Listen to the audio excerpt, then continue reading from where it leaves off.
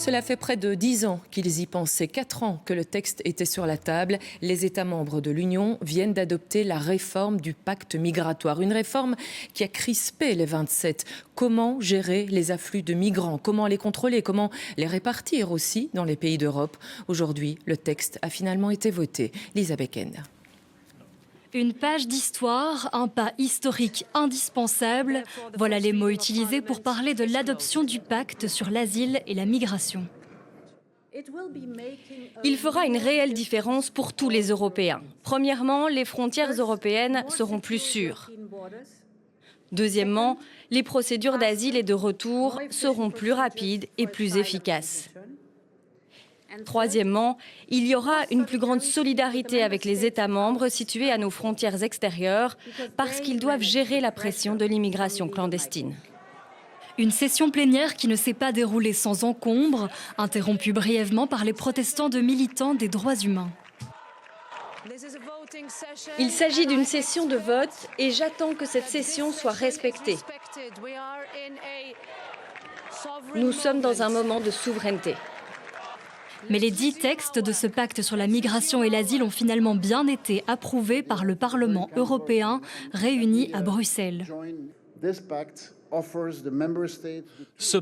offre aux États membres les outils pour mieux contrôler et mieux orienter les flux migratoires. Le Parlement a voté et nous sommes satisfaits du vote du Parlement. Nous devons maintenant nous mettre au travail. Une page d'histoire est écrite, mais il reste une étape, la validation par les États membres d'ici la fin du mois. Cette réforme sera d'application courant 2026.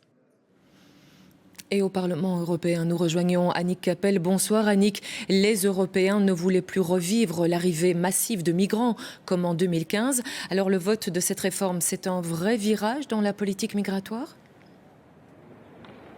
Oui, tout à fait. Et ce n'était pas gagné. On a vraiment cru que le texte ne passerait pas tant les tensions s'étaient exacerbées ces derniers jours et ces dernières heures. Mais ça y est, le texte est adopté. L'Europe se dote d'un nouveau pacte migratoire. Un moment historique après plus de 4 ans et demi d'âpres négociations. Et on peut vraiment parler en effet de véritable virage dans la politique migratoire de l'Union européenne, puisqu'on se dirige désormais vers un durcissement du contrôle des arrivées de migrants irréguliers. On va pouvoir screener ces migrants, on va pouvoir placer certains dans des centres de détention aux portes de l'Union européenne, y compris des familles et des mineurs. Donc ils ne pourront plus entrer dans l'Union européenne le temps qu'on examine leurs demandes, comme c'est le cas à présent. C'est une façon de soulager les pays de première ligne comme la Grèce ou l'Italie. Autre particularité de cette réforme, c'est la mise en place d'un nouveau mécanisme de solidarité entre les États membres pour une meilleure répartition des migrants en cas d'afflux migratoire. On vient de l'entendre, ce texte doit maintenant être formellement validé par les ministres des 27. Ce sera sans doute dans une grosse semaine, mais ce ne sera plus qu'une formalité. Mais pour qu'il entre véritablement en vigueur, il faudra en effet attendre la mi-2026. Voilà pour les explications d'Annick Capel. Merci à vous Annick.